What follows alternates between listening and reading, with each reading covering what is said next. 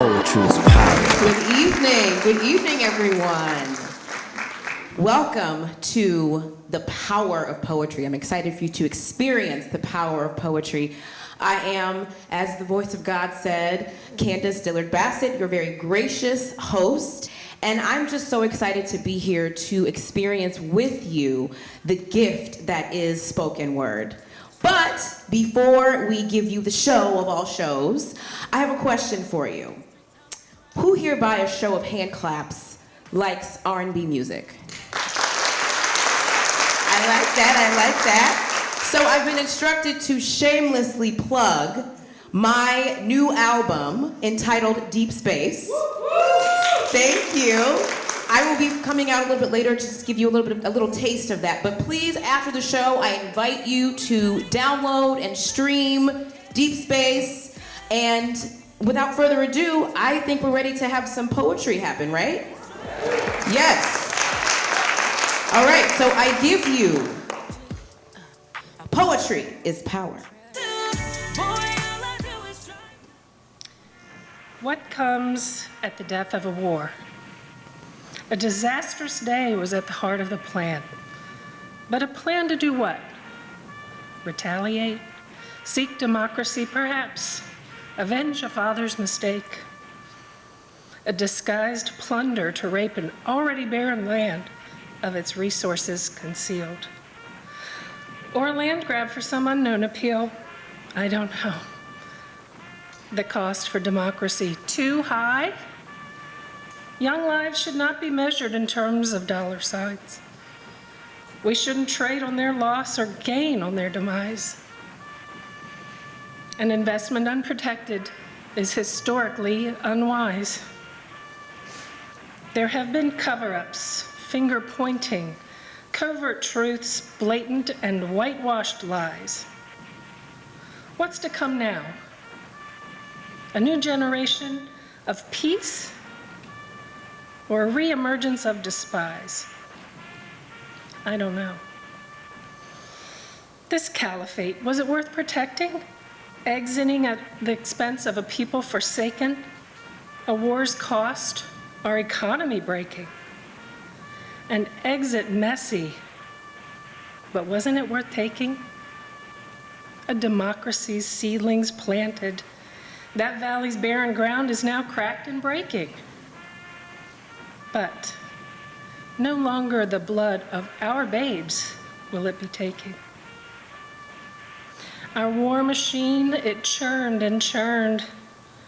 Opportunities and freedoms and lessons learned.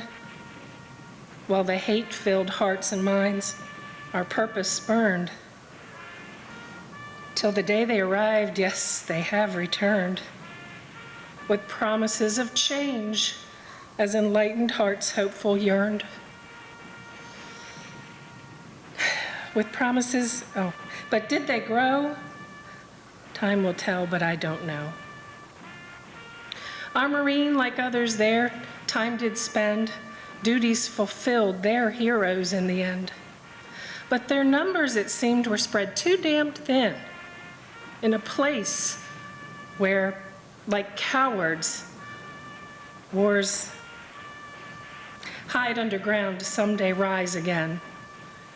So they grabbed all they could and they packed them all in. Coming home's not their loss, but it's certainly not a win. Yet they serve, and when called, will do it all again. Yes, they'll go. Was it worth the ultimate price so many of them paid? I believe so, but I don't know. Missteps for sure. We'll be back to close that loop, I'm certain. But some things are beyond repair. The rights of women and girls, well, pull that curtain. Democracy's dream for them is dead now, not just hurtin'.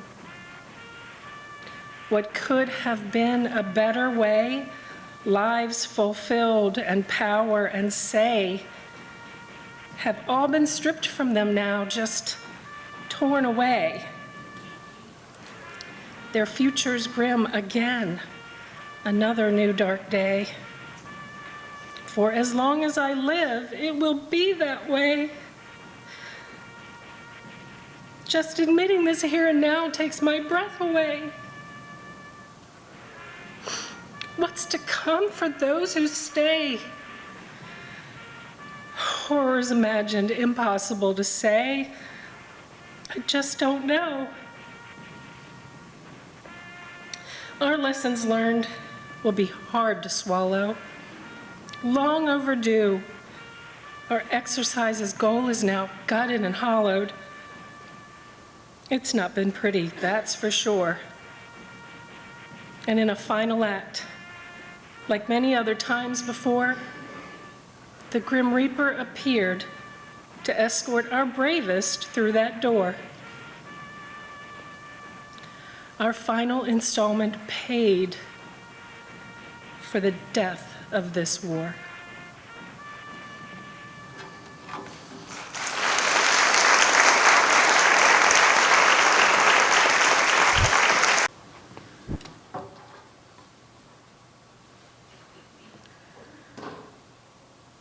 Why won't they just apologize?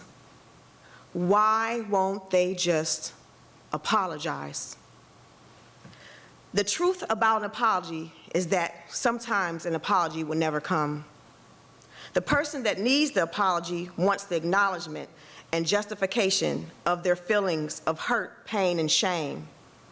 The reassurance that the act or behavior will never happen or occur again. However, the truth about an apology is that sometimes an apology will never come. A true apology needs to follow with changed behavior. There is power in words, but there is more power in actions. However, the truth about an apology is that sometimes an apology will never come. I know some of you are so tired of hearing over and over again that the world doesn't owe you anything for your trauma and your pain. The fact is that all the therapy in the world will never totally fix the broken pieces of you, the feelings of emptiness, bruises, scars, mental anguish, and shame. The truth about an apology is that sometimes an apology will never come. So let me say it. I am sorry to those individuals who were neglected, abused, forgotten, mistreated, and used. Please accept my apology for the trauma you endured as an offering of love and positive energy to remind you that there is someone who truly cares about you. It is time to work on your healing to become the best version of yourself, because you are so deserving of a good life and a chance to thrive. Someone is in need of your testimony and your encouragement to move on and live in their purpose and time. The truth about an apology is that sometimes an apology will come with love, acceptance, forgiveness, and an offering of healing for a better you.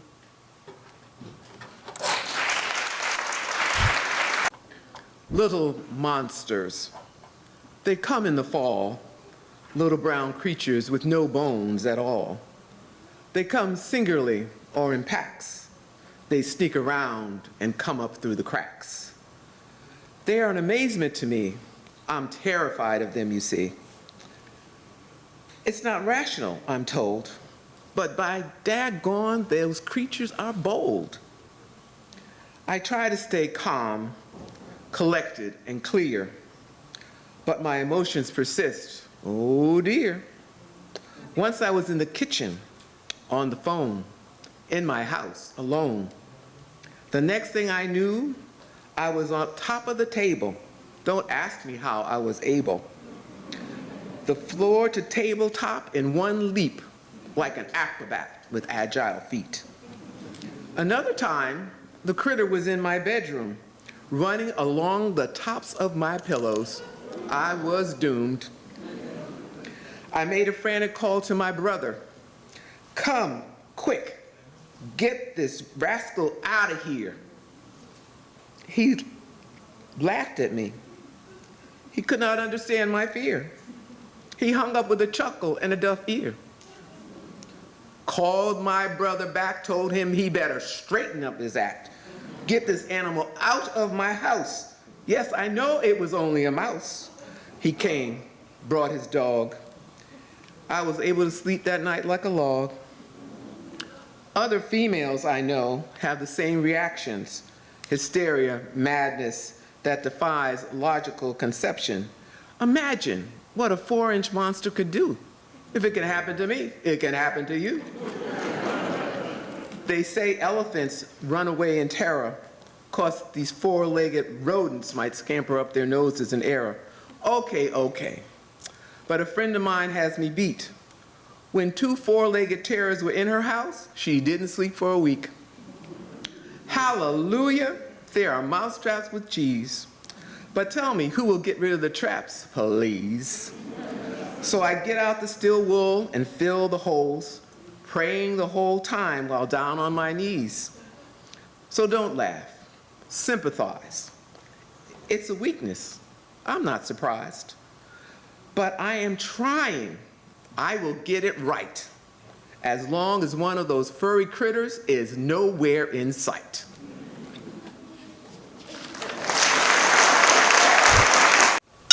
Introducing the undisputed heavyweight contenders of the world. This contender has more notches on his belt for winning than losing. This contender frightens everyone with the southpaw C-bomb jab. This contender's name is C, better known as the Big C. You better stop what you're doing and steer clear of the Big C and show some respect, or you may be its next casualty. So, get ready to rumble! I am C. They call me the Big C, better known as Cancer. The invincible me. Yes, that's me. Nothing can stop me. There are over 100 of us, all rolled up into this common word called cancer. My family is quite large, larger than you think. When you're diagnosed with a Big C, you hold your breath and forget to breathe. Breathe. I couldn't breathe. The breath of life was waning from me. I became petrified, shaken, and scared. This haunting image began to take hold of my mind. It was strangling my thoughts to the point where I could not grasp air. I was choking on my mountains of fear, stuck between assumptions and presumptions. And these mountains stood over me 100 feet tall and kept growing bigger and bigger and bigger until I would succumb into complete darkness. This monstrosity was a fearful force to be reckoned with. My emotions became unstable, unsettled, unpredictable. What is this thing? Hey, over here. Mira aquí. Let me introduce you to a few relatives of mine. Maybe you've heard of cancer of another kind.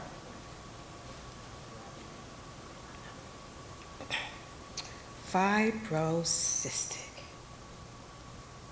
More common in the women and found in the breasts. Prostate can be found in both, but more common in men, no less. Esophageal. Acute myeloid leukemia. Bronchogenic carcinomas. They are also cancers from smoking. And secondhand smoke is just as bad, so I get myself checked if I were you. There's no limit to gender or origin to which I will attack. The longer you wait for a diagnosis, the strength of treatment is slack.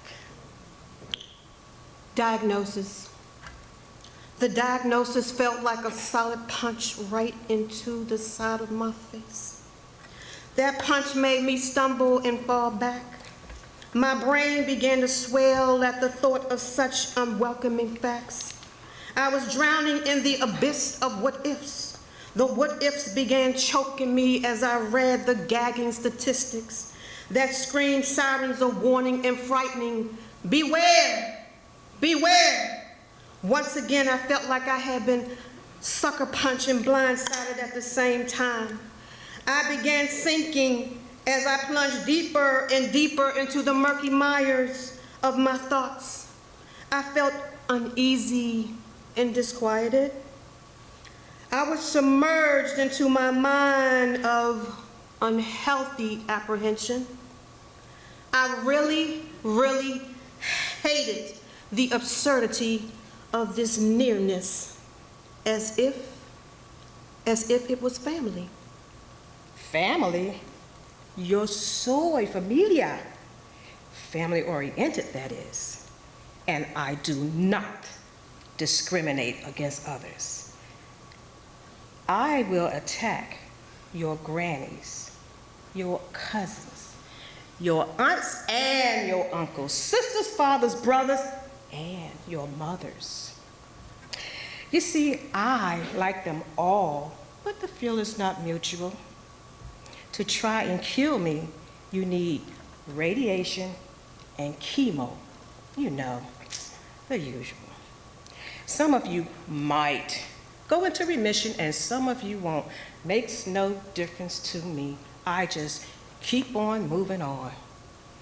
El dolor, the pain, is crucial and very hard to withstand.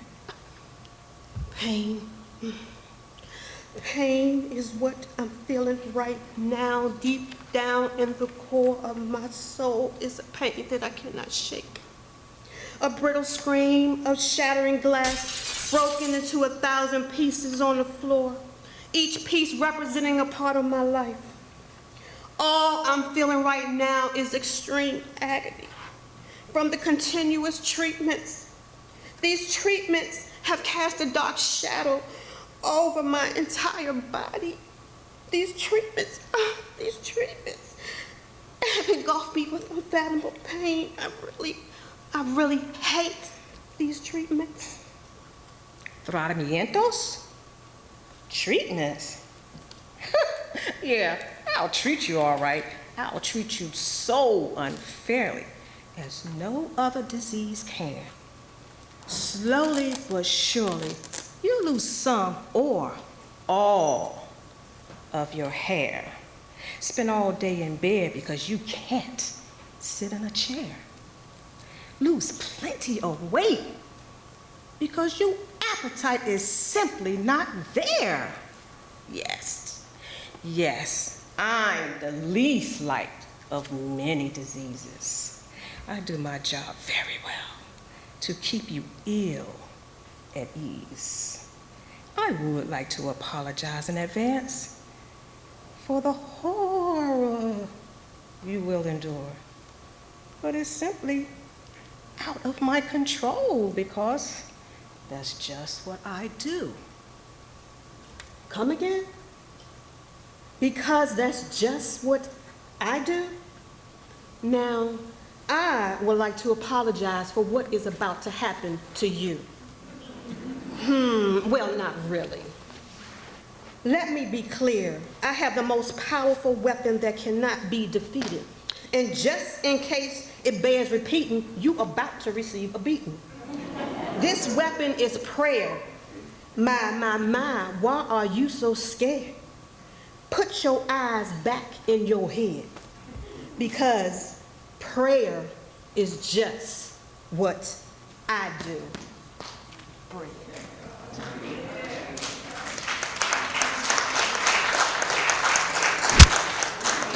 The big C quickly recuperates and tries to throw another punch. Oh no, you felt that, didn't you? With a jerk, watch out for the rope Banjo, did you see that southpaw jab? 10, You know you're going down, right? 9, I'm not down yet. 8, It's just a matter of time. 7, The time is on my side. 6, Gotta start counting. 5, The Lord is my counting. 4, 3, 2, Sweet aroma of heaven. it's a TKO!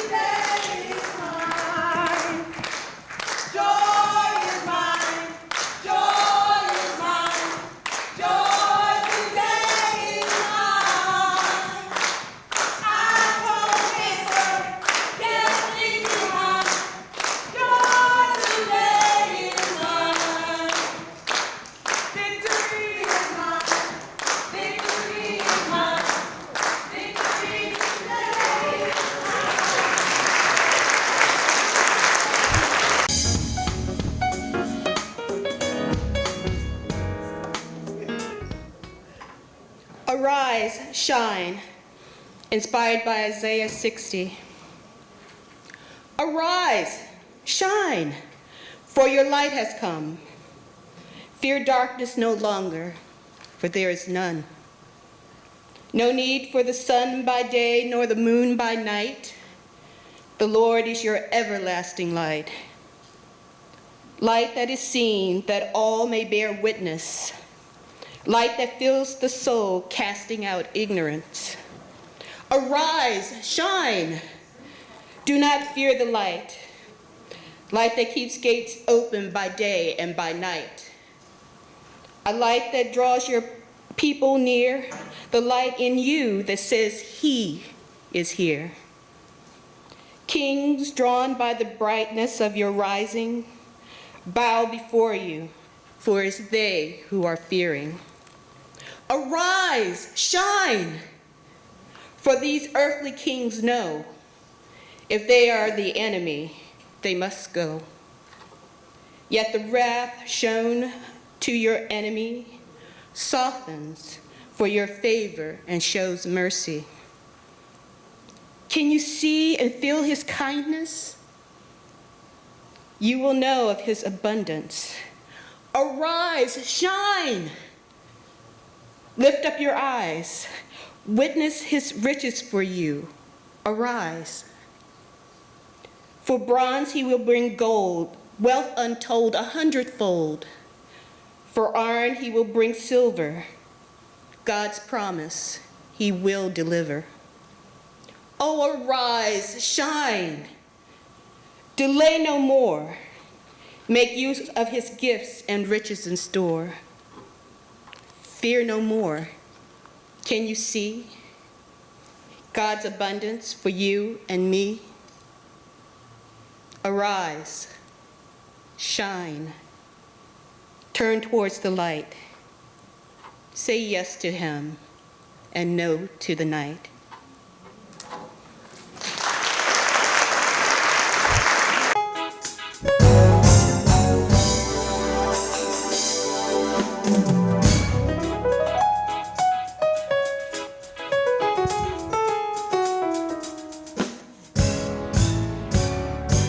Stepping out of my comfort zone, I'm not alone, I'm not begging for an audible voice. It's my choice to worship and give praise to my Heavenly Father who's powerfully amazing. It's not about you, it's not about me, but in the presence of the Holy Spirit, I can be free. I think I want to dance and lift up my hands and want to start a blessing with my whole heart. Pay attention, he's not a God of my invention. He made me and he could tell me how to be. I used to say I really want to do it my way, but then again, what the Bible has to say, he is God of all creation. He has a plan, and I'm not always going to undo understand. He's sovereign Lord, God of all wisdom. I had ears to hear, I listened. Salvation, I have reconciliation with my God, and there isn't any maybe. The Christ the Messiah was a precious little baby. Jesus came for forgiveness and redemption for all of my sin. Call it a penalty exemption. Glorify Emmanuel, declare his worth. His birth on earth is proclaimed by the angel coming down. Glory all around, shepherds on the ground. No one made a sound, break it down, baby, to be found. Wise men to recognize when they heard the angel advise them. Organized, then go to the manger. Holy One, Holy Son, came to earth and blessed it. Marvelous God with a scripture manifested. My soul magnifies the Lord, glorifies the Lord, who I belong to. He's who I sing this song to. I believe that God above me sent his son because he loves me, let him die. But then he raised him all for me. That's why I praise him. Don't you know that the Most High God never changes? He remains the same. He's not gonna blame me or put me to shame for seeking out his face or calling on his name. Ben won't break me, won't forsake me. He's gonna take me through that test, yes. But is he worthy of anything less than my best? Everyone knows pride goes before the fall. Isn't it arrogant not to offer my all? My soul magnifies the Lord, glorifies the Lord, who I belong to. He's who I sing this song to.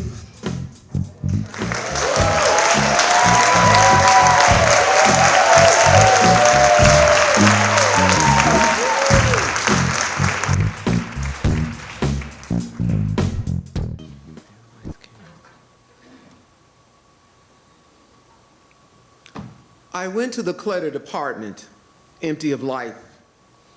A do-gooder from the housing authority. In the middle of the decaying furnishings of her past stood a 24-year-old mother of 4, her youngest clutched tightly in her arms. 2 lived in their daddy's house. The eldest, an 8-year-old girl, gone, taken away by the Child Protective Agency. No money, no food, no electricity. The baby's formula in a refrigerator across the way. The sheriff expected at any moment to remove her from her home. It started when she was just a tot, knowing little about wanting what she should want not. Peaches wanted her own bed to sleep in, not having to share seemingly ad infinitum with one of her many oversized siblings. Living large meant just what it said, in a relatively small dwelling, limiting space, which Peaches always felt cramped in, with no place to go, no place for escape. She stands in the midst of remnants of what once was a warm, inviting family living space. The dining table sits in front of an open window. Curtains billow like small sails from the soft summer breeze. Bowls and plates of partially eaten food are slowly rotting from the heat. A brown, tattered sofa with 2 broken legs tilted, not usable. Clothes and shoes everywhere, as if thrown from laundry hampers. Her being a skeleton of yesterday, she is small, 5'3" tall, 100 pounds of attitude. Her dark brown hair is wild and unkempt, her dress disheveled, a garment washed and ready for disposal. She looks at the world through hollow pools, eyes that see without illumination. A woman wandering through the life born of crystallized vapors sucked through homemade pipes, sweet smoke drawn from jewel-like pellets that create fleeting moments of delight, incredible elevations of ecstasy, only to fall without benefit of parachute into ravages of pain.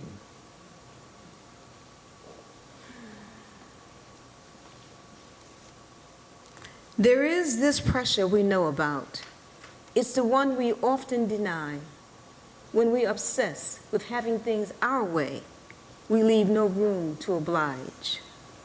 We miss the chance any needing person might earnestly desire to be considered, heard, even prayed over, loved, embraced, and inspired. What if right then and there you pulled off your mask and allowed truth to prevail? Expose your own vulnerabilities, your anxieties, your fears, and oft recurring despair.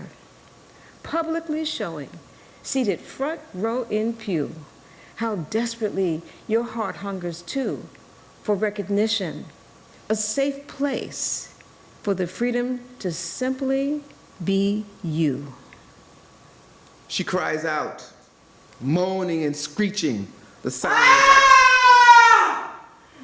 a sound like that of a wounded animal. She loses her voice, her mouth agape. Silent screams in the darkness of daylight. She looks at me, the one trying to reach out to offer solace. She's a being shattered to the core by desperation and sucked into cavernous tunnel without light. She yells and spits venomous, self-righteous indignations. I'm out of here. This hellhole, live in this roach-infested bowel of indecency. I don't need you. You don't care about me. I don't want your lies, your platitudes. Get out, don't come back!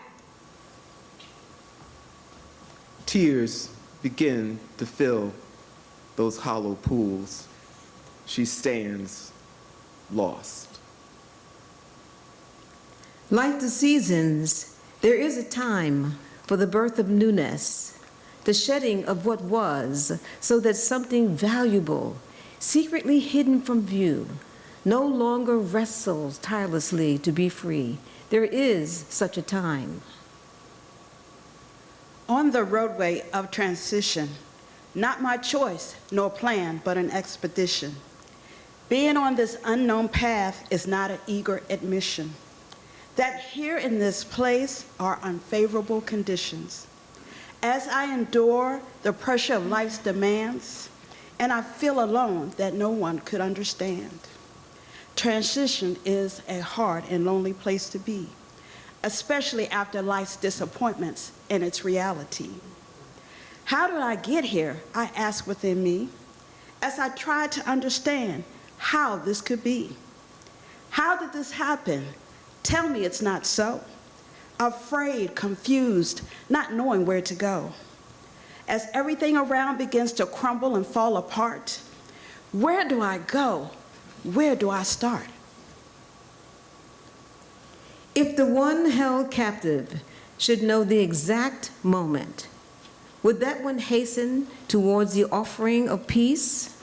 Or would we hear squeaking and squawking, yet not yet, not now, not me, clinging to yesterday, going nowhere, faster and faster?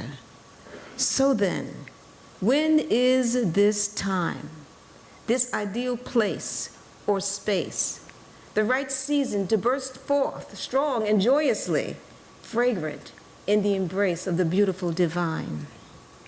In the fullness of time, answer the call. Answer the call. Answer the call. Answer the call. Answer the call. But transition is such a hard and lonely place to be. Asking again, how did I get here? Someone please tell me. I wonder if there's anyone who could help or will understand as she embarks on an unforeseen path and an unknown plan. The Creator works most creatively. He'll work it out, Peaches. Wait and see. His plan, his design, his creation, his view. Aspirations, promises are all for you. He created you for a purpose. Never forget, forfeit, or give up. Stand strong in your faith, and it won't take long. Why do you let others see what you can't see? Why present something and long to be viewed differently? Why never give a chance and long to be desired, admired, treasured when your look says you're fired? Why give part when you want the whole? Why give sex when you want the soul? It don't take a whole day to recognize sunshine. It's true. But with a frown, mask, hater blockers, moods, winter down coat, and sun-blocking curtains, you expect them to see the real you? I put you on a hill for everyone to see, not just who you are, but also see me. But you're afraid, disdain, and oh so shy. When people want to talk, you want to know why. When a connection is desired, you say, nah, not today.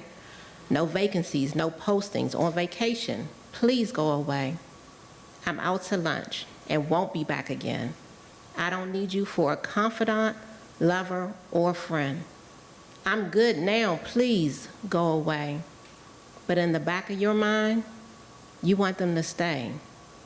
You want them to take the time to see, not only you, but also me. The good that I am, the changes I've made. Maybe they would've if they could've stayed. I never thought you'd leave me in autumn.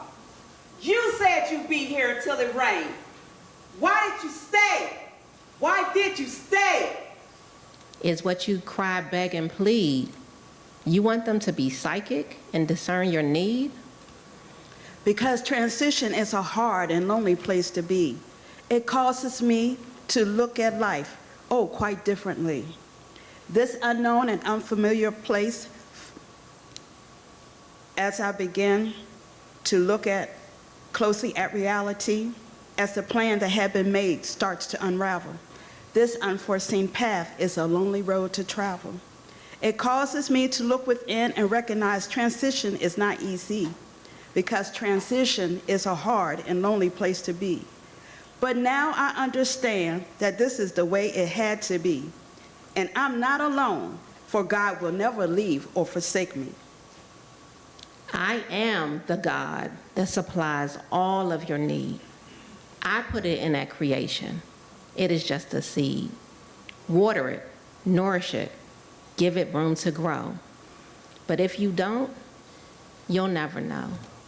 Your dreams, passions, desires, your fuel, what you can provide to a world so cruel, not an accident, not a happenstance, circumstance, or a situation. I brought you here to change a nation, change a face, change a heart, change a mind, reconnect. I got you, baby. No need to fret. That was just basic training. Now you're ready to march, April, May, as long as you stay. In the word, on your grind, free your soul, free your mind, enjoy your gifts, marvel at your talents, stay connected, be in balance. I told you you're a warrior. Are you willing? In that gap, will you be the filling? You're on candid camera. Live candidly. Let the world enjoy who I created you to be. God himself has set me apart because he alone has a plan. For no one can help me, or would anyone understand that his thoughts towards me were not based upon man, but were established before I was born or even the world began. And now I do not think of transition as a hard and lonely place to be, for my purpose was connected to the darkness and uncertainties. And yet within that darkness that would lead to so many unknown possibilities, now see transition as a push, and that I would know the purpose deep inside of me. For now I see transition as the push to know the purpose deep inside of me, and that only God could use the darkness in my life for who he created me to be.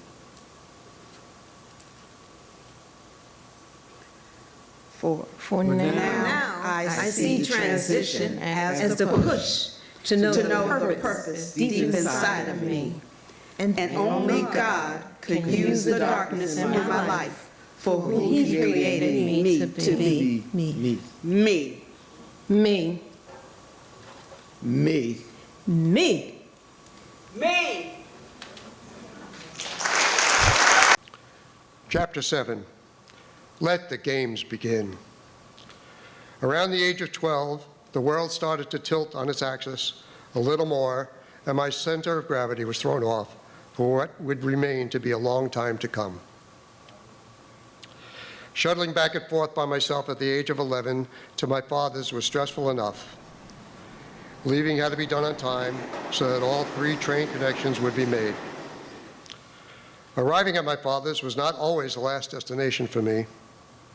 Some weekends, I would just stay Friday night with him, and on Saturday midday, I would either take a cab or be picked up to go to another home, where he was a private chef at one time and still had friends. The home was a 21-room mansion cut into a hill with a swimming pool, and it was owned by a very wealthy and eccentric man who was divorced and had no children. His staff consisted of a chef, housekeeper, and butler driver.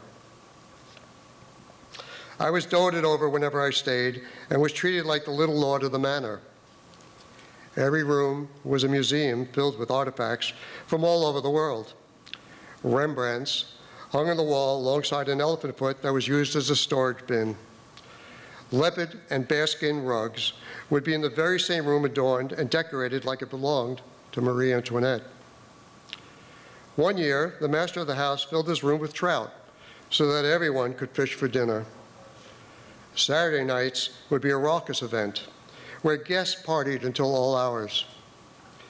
If it was a quiet night, we would all sit around the large console color TV, watch Lawrence Welk, eat Schraff's ice cream, and I would get to watch the adults drink themselves into a stupor. Come bedtime is when the games began. My sleeping arrangements were not by myself. I shared a trundle bed with the chef, who was a grown man and a pedophile. The sexual assaults occurred every time I stayed there for about 2 years, from the age of 11 to 13. I was paralyzed with the forbidden knowledge of guilty pleasure. To experience an orgasm at such a young age in itself probably occurs for many young boys by exploring their own bodies. To have a grown man fondle and perform fellatio on you is. There are no words to describe the mixture of emotions. Guilt and fear were heavily intertwined with the intensity of ejaculation and the smell of his freshly showered body and cologne. I was trapped in a cycle of repetition that come morning, all as if nothing had ever happened. Breakfast was served, and by midday, I was on my way back home on the train for 3 hours with the $100 that my father had given me. Arriving home was the other side of the coin. Once in the door of our 2-room apartment where I was safe, my foster mom would ask me how my father was with a look of anticipation as to say, "Do you have the money?" Then the questions would start about what he said, what I ate, where I stayed, and what I did. I hated it, but I loved her. She was my mom. Looking back, I realized that her financial situation was day to day, and her interest in everything that went on was partly her own insecurities, as well as living through me vicariously. Mom lived a life of quiet desperation. Her financial struggles and emotional hardships she bore alone. Watching her sit at the kitchen table with her open blue change purse on one side and the bills on the other was to impact me forever. Her meager income came from working 3 jobs as a waitress, switchboard operator, and chambermaid. Her humility was more a result of her station in life and her poor Irish upbringing. By example, she taught me to work hard, be responsible, and treat everyone with respect, and to not pay any attention to name callers, as she would refer to them. Name calling was commonplace in those days. Every race and culture had a derogatory moniker that would be hurled in jest as well as in derision. It was up to you how you processed it. For Mom, it was Shanty and Black Irish. I was referred to at times as the bastard spick who lived with the mix. Other times I was called a wop because the name callers thought I was Italian. Thank heavens for Mom and her guidance. Because of her, I never took the name calling to heart and just accepted it as a fault of human nature by not letting it define who I was. The revelation of who I truly was to come later in life. Graduating from 8th grade was like being released from prison. While parochial school gave me much needed structure, I didn't realize how much I needed the protection and security it gave me. 12 years old and already sexually active was not a great combination when I enrolled in public middle school. My 9th grade year was abysmal, and I was forced to repeat it because of failing grades and disciplinary problems. This was the unraveling of my relationship with my father.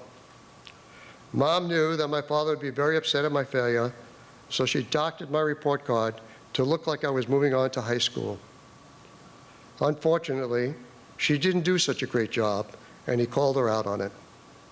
She backpedaled and told him that I was in 9th grade when I should have been in 10th. He didn't buy it and called one day with a blistering tone to his voice that I could hear from 3 feet away, accusing her of lying. She insisted that she was telling the truth, in which he answered, "Pack his things and send him to me in New Jersey." Mom said, "No, Max," in a way that any loving mother would when faced with the loss of her child. Her voice was quavering in a way I had heard before when my foster father died on that spring morning 2 years before. It was the final straw for my father, as he said before hanging up, "Then keep him." It would be 7 years before we spoke again. Once again, I was saved by my guardian angel. Had I gone back to my father, the only place I could have stayed was with my abuser.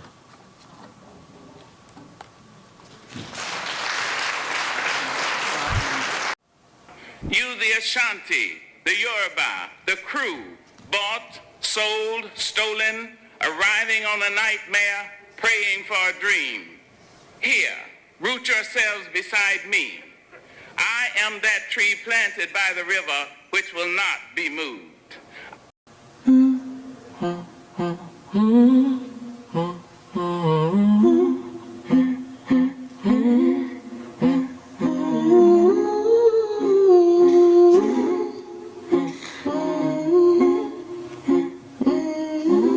Who's out there tearing the world apart?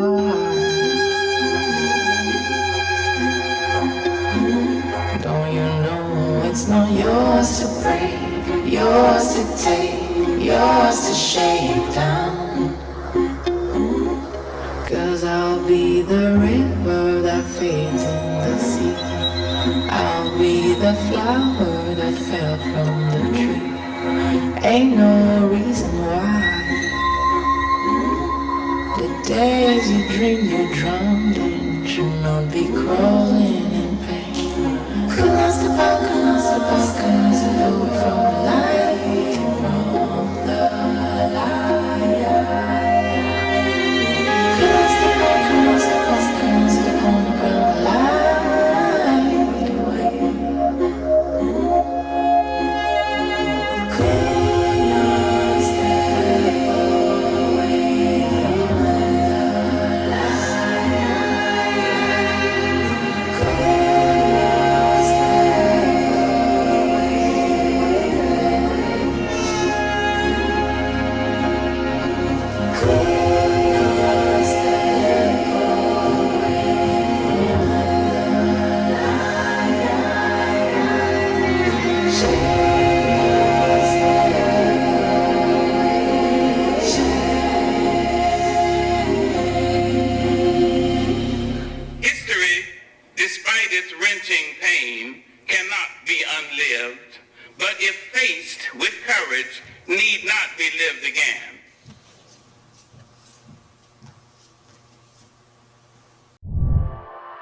Poetry is power.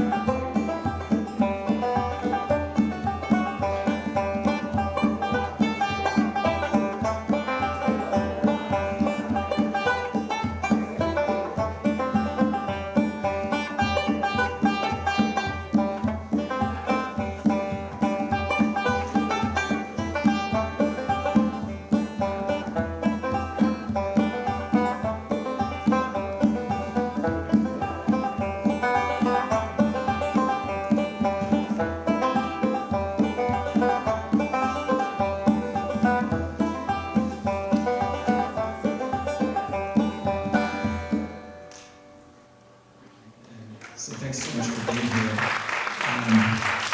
My name is Stephen Barkley, and I'm a banjo player from Southern Maryland. And together with a group of other folks, we came together and formed a group called the Southern Maryland Banjo Projects. And our mission is to highlight the West African roots of the banjo in Southern Maryland and in the Tidewater region. And I think most folks don't know that enslaved folks were building banjos and playing banjos in Southern Maryland and in the Tidewater region before the Revolutionary War and before other parts of the country that may be more well known for banjo playing came into prominence. So it's a special project for us, and we hope that with the project we can pay tribute to those musicians. And you'll find if, hopefully you'll come to our website through the Charles County Arts Alliance, and there you'll find some very interesting panel discussions that touch on local history. And I can definitely say that we have some world-renowned experts in the subject of gourd banjos and banjo history, and really the history in Southern Maryland and the Tidewater region. It's not a footnote. It's real. Has real implications and influences for American music in general, major implications and influences. So please, if you can, go to the website, the Charles County Arts Alliance, and check it out. Another main function, which is under our mission, is to create some site markers to pay tribute to these musicians in the spots where they appear in the written record pre-1774. So some of those areas include Angelou in Charles County, St. Mary's County, where the second instance of the fiddle and banjo being played together in the written record occurs, and also in Port Tobacco. So it's a really rich history, and me growing up in Southern Maryland, I really wish I knew that much earlier in my life. And it's important for local culture and for American history. So I hope you'll check out the project. And if you'd like to support us too, or if you're just interested in becoming involved, we'd love to speak with you. There's also some research that we would like to do into the local families' histories and oral histories as well. So I just wanted to thank Yvonne Medley and Robert Medley for making this possible for us and to include us in this very special evening. We really appreciate it. I wanted to also thank the Charles County Arts Alliance, and I think that's my cue to get off. So anyhow, I could talk about that forever, but thanks so much for listening and for being great tonight.